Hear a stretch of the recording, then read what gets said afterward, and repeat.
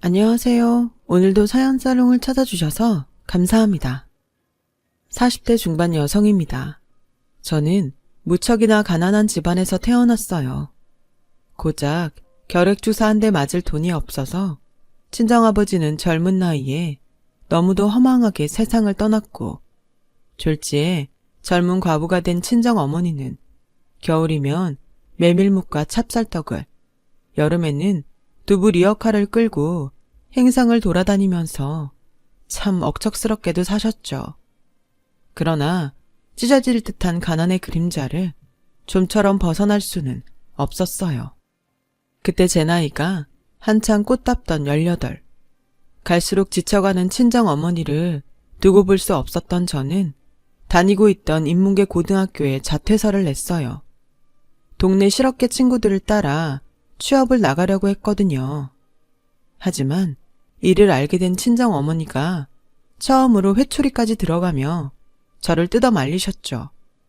엄마, 그러지 말고 내 얘기를 좀 들어봐요. 응? 무슨 얘기? 공부를 그만두고 공장에 취직한다는 얘기에? 아니면 미용실 허드렛 일을 나가겠다는 얘기에? 우리 집 사정이 어쩔 수 없잖아. 나라도 얼른 취업해서 살림에 보태야죠. 시끄러. 회초리 맞기 싫으면 내일 등교하자마자 자퇴서부터 돌려받아서 찢어버려. 아니다. 엄마랑 선생님 댁으로 찾아가자. 지금 당장.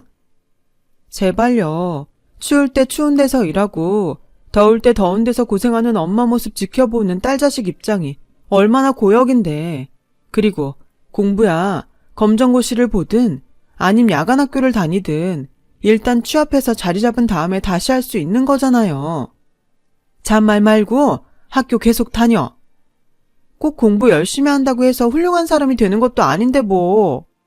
그래, 그건 네 말이 맞아. 공부 열심히 해봤자 개차반으로 사는 사람이야 세상에 널렸지. 하지만 지금 엄마가 너한테 해줄 수 있는 최선이 공부밖에 없어서 그래. 못 먹이고 못 입히는 주제에 가르치는 일까지 소홀하게 해버리면 내 가난이 정말 나의 죄가 되어버릴까 봐. 그게 겁나서 그래. 무슨 말을 그렇게 해요. 가난이 어떻게 죄야. 지금까지는 내 엿보이고 팔자라도 죄까지는 아니었지. 근데 만약 최소한의 부모 도리마저 져버린다면, 그래서 내 엿보와 팔자를 자식한테 되물림한다면 그때는 죄가 되는 거야. 가난을 딸에게 물려준 죄인. 엄마는 우리 딸 믿어. 이겨낼 수 있을 거야. 친정어머니의 사랑 덕분에 크게 깨우친 저는 담임선생님에게 사정 해가며 자퇴를 취소했죠. 이후로는 가난한 팔자 따위를 한 번도 탓하지 않으며 굳세고 긍정적인 태도로 살아왔어요. 전기요금을 내지 못해 전기불이 끊길 때면 가로등 불빛에 의지해 공부했고, 전액 장학금을 받고 대학교에 입학할 수 있었어요. 대학생 시절에는 과외 학생네 집에서 차려주는 토스트 간식으로 하루 딱 한 끼, 한 번 끼니를 때우면서도 꿈을 향해 노력했습니다.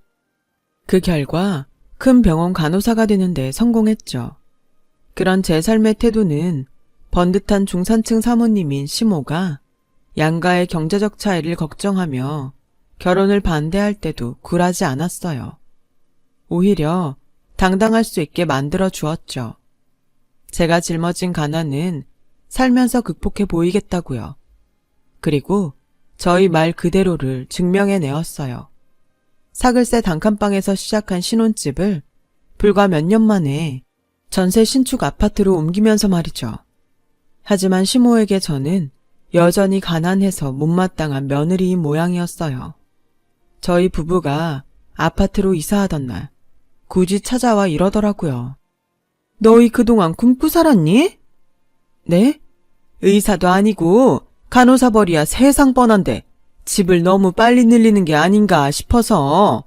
일반적으로는 둘 중 하나밖에 없잖니. 주택복권을 맞았다던가 아님 귀한 남의 집 아들내미 굶겨가면서 둘이 억척스럽게 모았거나. 둘이 억척스럽게 모은 건 맞아요. 근데 아범 굶기지는 않았으니까 걱정 마세요. 설마 하니 가난이 얼마나 서러운지 제일 잘 아는 제가 남편 먹고 입히는 일에 소홀할 리가 없잖아요. 하기사 밑바닥 인생들이야 원체 독한 구석이 있다고들 하니까는. 그렇다고 너무 마음 놓지는 말고 성에 안 차는 며느리라는 건 조금도 달라지지 않았으니까. 난 이만 가볼 테니 주말에 시댁 한번 들리려무나. 요즘 아침나절로 볕이 포근하니 좋은 것이 묵은 이불 빨래랑 대청소랑 좀 해줘야겠어. 가구랑 싹 드러내고 청소해야 하니 준비 단단히 해서 오고. 그런 대접을 받아가면서도 시모를 가장 잘 챙기는 사람은 참 역설적이게도 맏며느리인 저였어요. 젊어서부터 과부가 되었다는 시모를 볼 때마다 똑같이 일찍 과부가 된 친정엄마의 모습이 겹쳐 보였거든요. 그 외로움을 누구보다 잘 알고 있기에 시모의 곁을 보살피기 위해 부단히 노력했어요.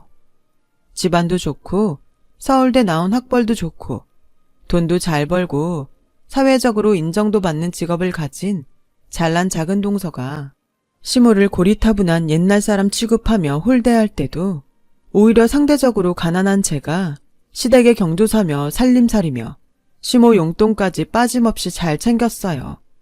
시부모도 부모이니 자식으로서의 사랑과 정을 당연히 베풀어야 한다는 마음가짐 하나로 말이죠. 친정어머니가 고등학교를 자퇴하려던 저를 부모 자식 간의 사랑으로 바로잡아 주셨던 것처럼 말이에요. 하지만 제가 아무리 시댁과 시모에게 사랑과 정을 베풀어 봤자 저를 얕잡아보는 시모의 행동과 정 한 번 주지 않는 태도는 달라지지 않았어요. 동서만을 감싸고 돌 뿐이었죠. 제 잘난 맛에 취해 사는 동서에게는 행여 손에 물이라도 한 방울 묻을까 애지중지 아끼면서도 가난하지만 시모와 시댁에게 정성을 다했던 저한테는 늘 허드렛일 살림꾼 취급만이 돌아왔거든요. 집안 좋은 동서의 아들 돌잔치는 동서가 부탁 안 했는데도 직접 나서서 휘황찬란하게 마련해주며 아부를 그렇게 떨어댔으면서 제 아들 돌잔치 때는 그 흔한 돌반지는커녕 빈손으로 덜렁 나타나가지고서는 심지어 부조금 한 푼 내지도 않으면서 한다는 소리가 글쎄. 내 쪽 손님들은 초대하지 않았으니 너무 서운하게 생각하지는 말거라. 그게 무슨 말씀이세요? 솔직히 그렇지 않니? 네 시댁이 동서네처럼 뻑적지근한 부잣집은 아니어도 나름 사회적 체면이라는 게 있는 집안인데 사회 지도층은커녕 밑바닥 인생들만 앉아있는 자리를 장손 돌잔치랍시고 우리 쪽 귀한 손님들을 모실 수는 없는 일 아니냐고. 저기요 어머님, 이건 너무 지나친 행동 아닌가요? 아무리 가난한 며느리가 싫다고 해도 엄연히 어머님 손자고 핏줄이에요. 이 집안 대의일 장손이라고요. 그런 장손 돌잔치를 축하해줘도 모자랄 마당에 밑바닥 인생들이라뇨. 왜? 내가 어디 틀린 말이라도 했다던? 물론 동선애처럼 판검사니 사장이니 하는 손님들을 모시진 못했어도 저희 쪽 손님들 하나하나 다들 소중한 지인이세요. 제가 근무하는 병원 직원들이랑 의사쌤 분들도 많이 와주셨고요. 그래 봤자 꼴랑 한둘이겠지. 동네 쬐끄만 병원 의사들이래 봤자 딱히 잘난 양반들도 아닐 테고. 제가 어디 병원 근무하는지 정말 모르세요? 며느리한테 어쩜 그렇게 관심이 없을 수가 있어요? 아, 한의원이었던 모양이구나. 동네 쬐끄만 양빵병원이 아니라. 대학병원입니다. 제가 졸업한 대학교 병원. 네가 대학도 나왔었니? 어머님, 이게 누구 앞이라고 목소리를 높여. 내 입장에서는 당연히 고졸이라고 생각할 수밖에 없는 걸. 지나가는 사람들 아무나 붙잡고 물어봐라. 너희 친정 사는 모습 보여준 다음에 딸 자식이 대학까지 나올 수 있는 환경 같으냐고. 대번에 고등학교 검정고시라도 붙었으면 다행이라는 소리 나오지. 됐네요. 제가 무슨 말을 더 할까요?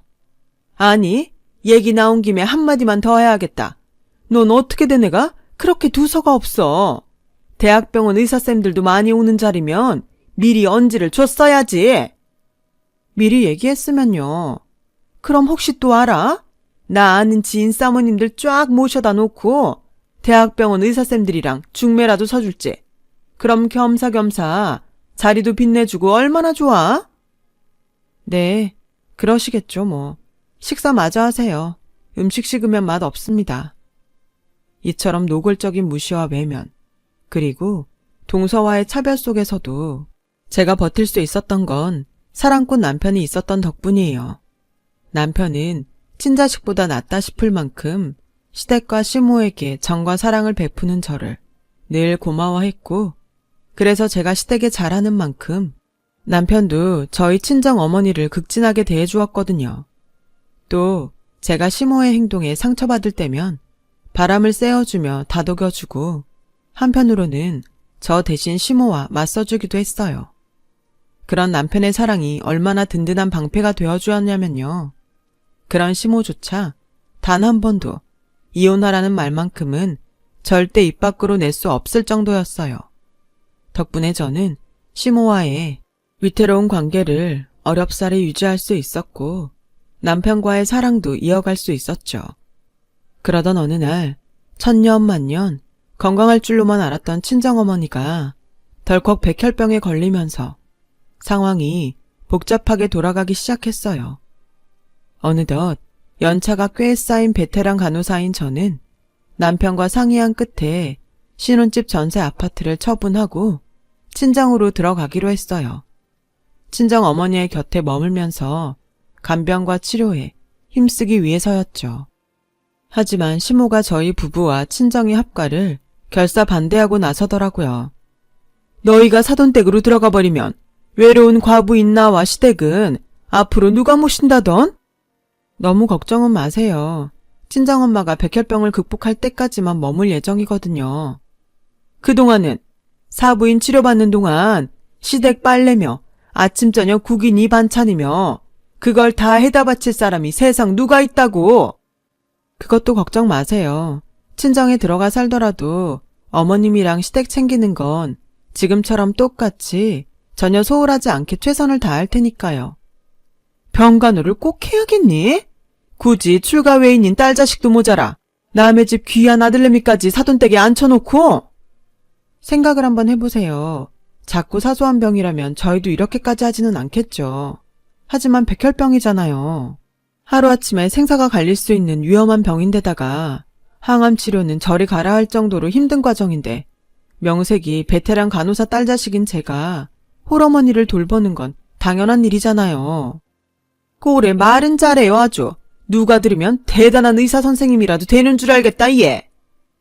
물론 의사도 중요하고 훌륭한 직업이지만 간호사도 환자에게는 꼭 필요한 사람이에요. 그러니까 제발 무시 좀 그만하세요. 그렇다니? 그럼 이참에 사돈댁 말고 시댁에 아주 들어와 사는 건 어때? 네? 나도 얼마 전에 병원에서 아주 충격적인 진단을 받았단다. 글쎄 내가 말이다. 류마티스 관절염 초기라더구나. 의사가 아니더라도 류마티스 관절염 정도는 알아들을 수 있지? 팔다리가 자꾸 쑤셔가지고는 거동이 불편해요. 그러니 이참에 시댁에 들어와 살면서 이 CME를 좀 간호해다오. 제발 억지 좀 그만 부리세요. 친엄마고 시어머니고를 다 떠나서 관절염보다는 백혈병 쪽이 훨씬 급하고 심각한 병이잖아요.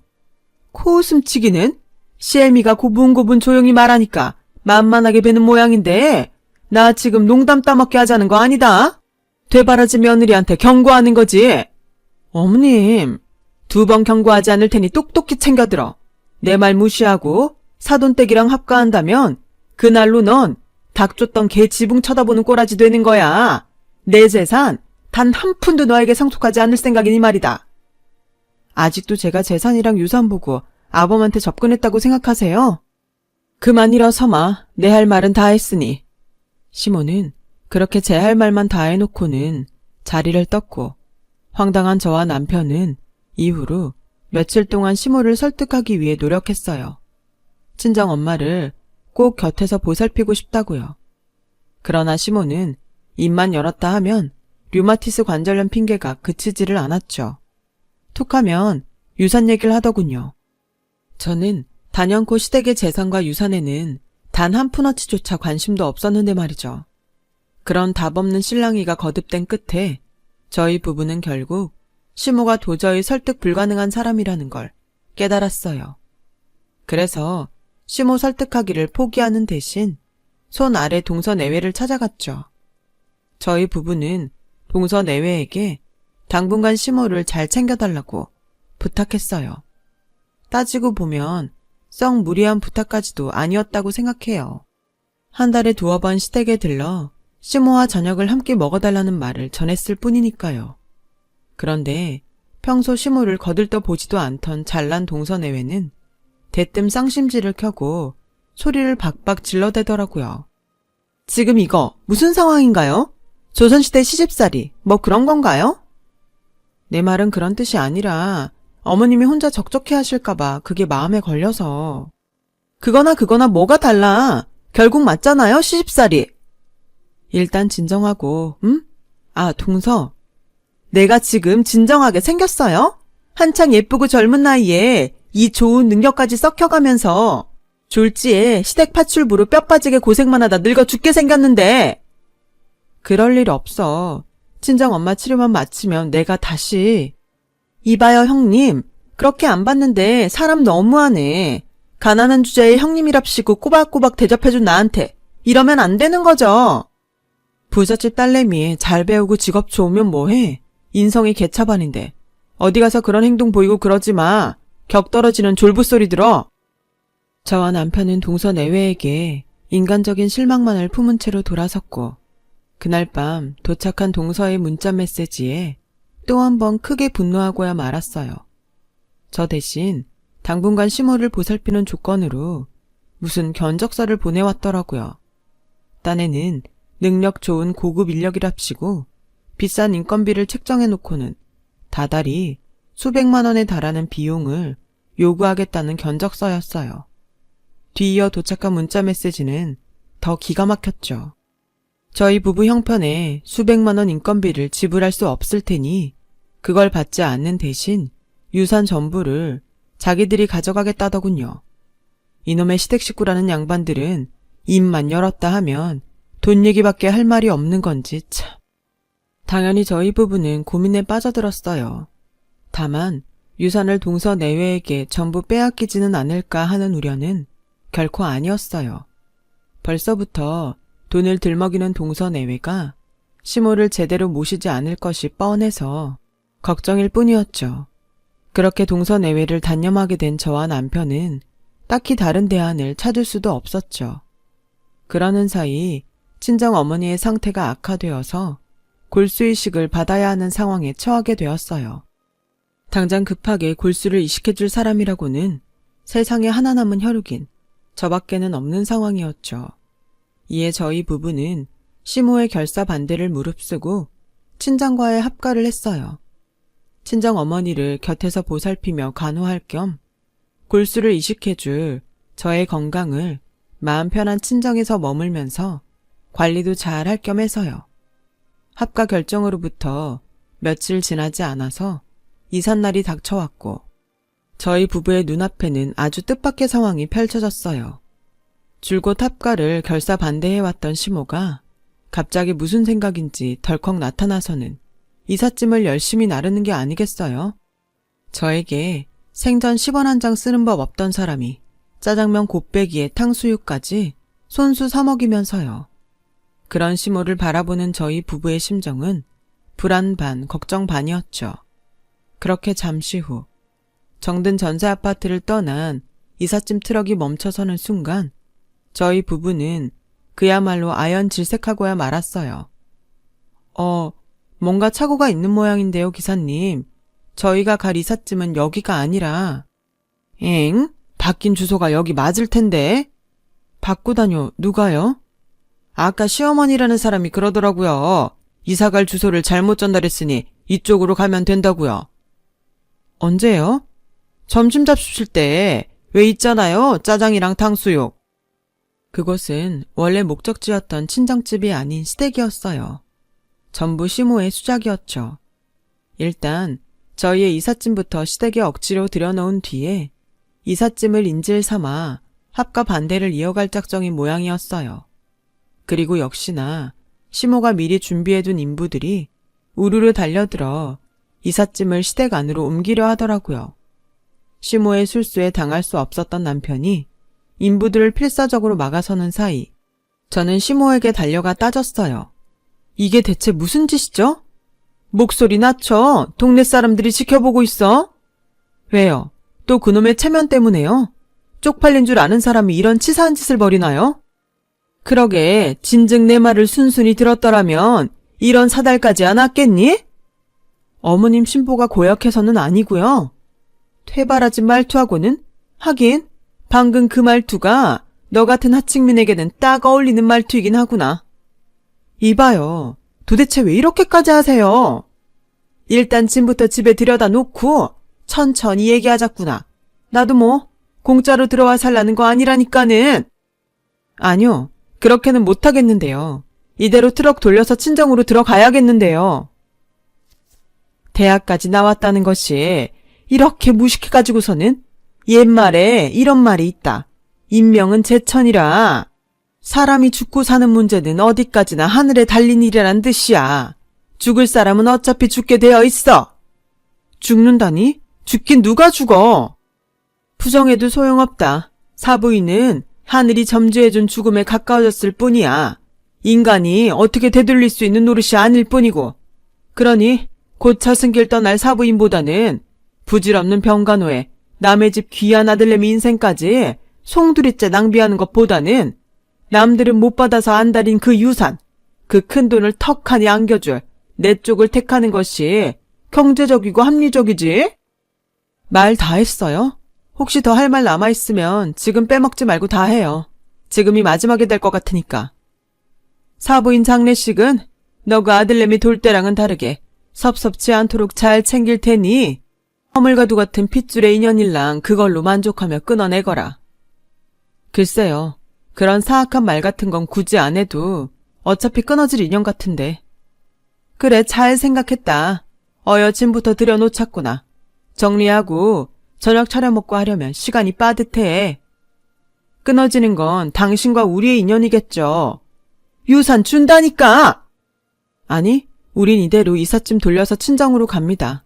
가서 친정엄마 백혈병 반드시 고쳐놓을 거예요. 우리 엄마 멀쩡히 완치될 거라고요. 그리고 그놈의 유산 따위 처음부터 관심도 없었고 받을 필요도 없어. 우리는 억만금을 줘도 살 수 없는 가족의 사랑 속에서 행복하게 살 거니까. 과연 그럴까? 지긋지긋한 가난 속에서도 끝까지 화목할 수 있을까? 두고 보죠. 이번에도 또 보여드릴게요. 사글세 단칸방에서 전세 신축 아파트로 옮기던 때처럼 말이에요. 저희 부부는 시모와의 인연을 끊었어요. 이삿짐을 친정으로 옮기며 다짐했고요.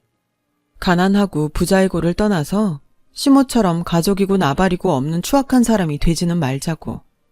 그로부터 몇 년 뒤 저희 골수 이식과 헌신적인 간호 덕분에 친정어머니의 백혈병이 완치 판정을 받던 무렵 친정어머니가 건강을 회복하기까지 친정에 몇 달 더 머물기로 결정한 저희 부부에게 뜻밖의 소식이 하나 전해졌어요. 의절한 시모가 위암으로 투병 중이라는 소식이었죠. 다행히도 위암은 치료하기에 가장 용이한 암이었지만 시모의 사정은 나름 되게 딱하더라고요. 시모가 하나 남은 자식인 동서내외에게 간병을 부탁했지만 동서내외는 간병 조건으로 유산 전부를 자신들에게 미리 넘길 것을 시모에게 요구했고 시모의 생명을 인질 삼아 유산을 요구하는 동서내외에게 실망한 시모가 상속을 거부하자 동서내외가 그날로 시모와의 연락을 끊어버린 상황이더라고요. 돈 타령하는 부모에 돈 타령하는 자식인 셈이었죠. 소식을 접한 저희 부부는 갈등에 빠졌어요. 물론 의지할 가족 하나 없이 외롭게 암투병 중인 시모를 향한 동정은 아니었어요. 시모로부터 받았던 마음의 상처가 너무 큰 탓에 쉽사리 용서할 수는 없었거든요. 다만 저희 부부를 고민하게 만든 건 뜻밖에도 막 백혈병을 극복한 참인 친정 어머니였어요. 무슨 소리야. 시모 암투병을 보살펴주라니. 엄마는 화도 안 나? 밉지도 않아요? 그 사람이 엄마를 두고 곧 죽을 사람이라며 얼마나 험한 저주들을 퍼부었는데. 그 양반의 과거 행동은 나 또한 용서할 수 없단다. 나부터가 용서하지를 못했는데 너희에게 너그럽게 받아주라고 할 수 있는 노릇도 아니고. 그럼 됐어. 내 얘기 조금만 더 들어. 용서 못하겠다며. 용서하라고 할 수 있는 노릇도 아니라며. 근데 무슨 얘기를 더. 엄마는 다만 내 딸, 내 사위가 그 양반이랑 똑같은 사람이 되는 걸 바라지 않을 뿐이야.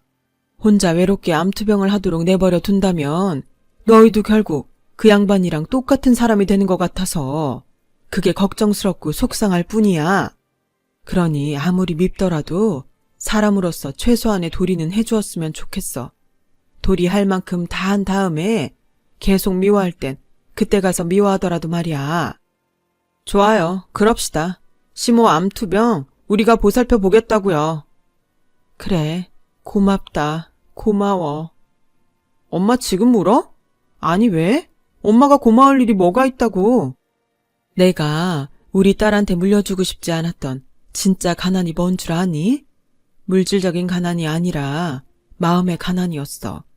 마음이 풍족한 딸로 자라줘서 고마워. 그동안 평생 노력한 보람이 있구나. 엄마는 이제 평생 꿈 다 이루었어. 저희 부부가 시모의 간병을 받아들이자 친정엄마는 평생 짊어져 왔던 가난의 서름을 마침내 떨쳐내었어요. 딸 자식 흠없고 반듯하게 잘 키워내었으니 부모로서는 더 바랄 것 없는 법이라면서요.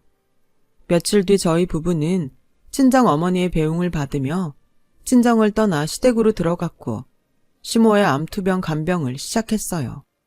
그런 저와 남편이 시모에게 단 한 가지 기대하는 점이 있었다면 시모가 저에게 베푼 적 없었던 부모 자식 간의 사랑, 가족의 정, 그거 딱 하나뿐이었죠. 과거의 잘못을 진정 뉘우치고 반성하는 모습 하나면 좋겠어요. 오래지 않아 시모의 병은 완치되었어요. 위암이 치료가 가장 용이한 암이라지만 엄연히 항암 치료와 수술이었으니만큼 대단히 힘든 과정이었죠. 그 과정 내내 저희 부부는 최대한 시모를 보살폈고 그래서 시모의 완치에는 저희 부부의 노력이 뒷받침된 셈이에요. 하지만 치료된 병은 오직 육체적인 병, 고작 위암 하나에 불과할 뿐이었죠. 시모가 앓고 있던 진짜 병인 그놈의 돈타령병은 끝끝내 낫지를 않더라고요. 고맙구나. 내가 오죽이나 미웠을 텐데 이 보답을 어떻게 다 하지? 글쎄요. 앞으로 살면서 지난 잘못들을 다시 하진 않으셨으면 해요. 그래. 내가 너와 사부인한테 잘못한 게 있다면야 돈으로 갚아주지. 네? 간병에 대한 보답도 할 겸 어차피 둘째 아들 내외랑은 연락도 끊겼겠다. 너희 부부를 내 유산의 유일한 상속자로 지정해 주마.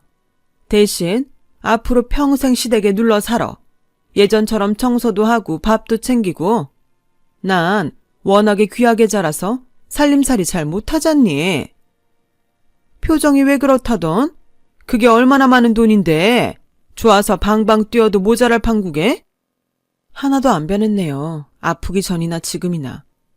그렇게 시애미를 못 믿겠니? 어떻게 이 자리에서 유서라도 써주랴?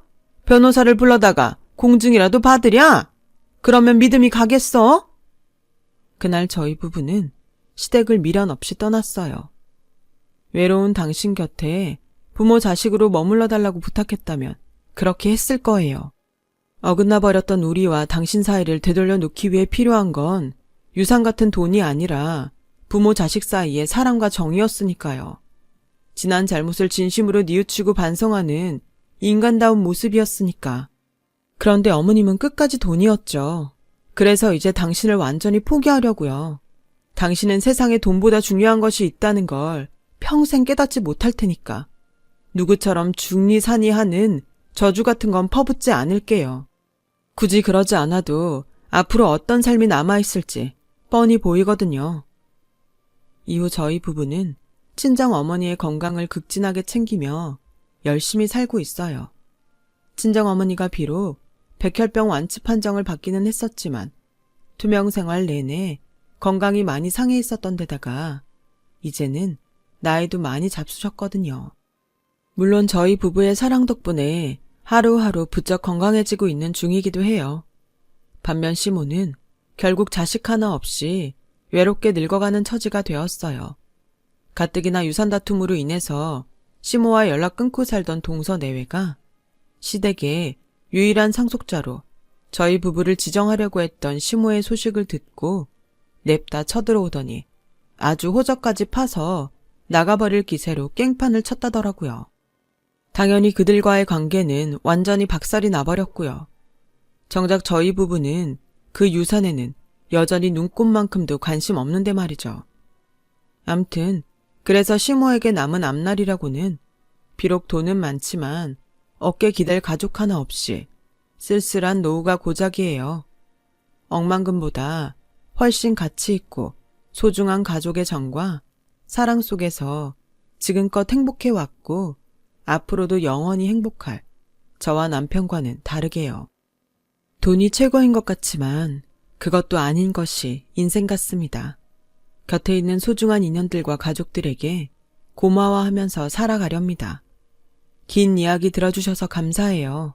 모든 분들께 항상 건강과 행복이 함께하길 바라겠습니다.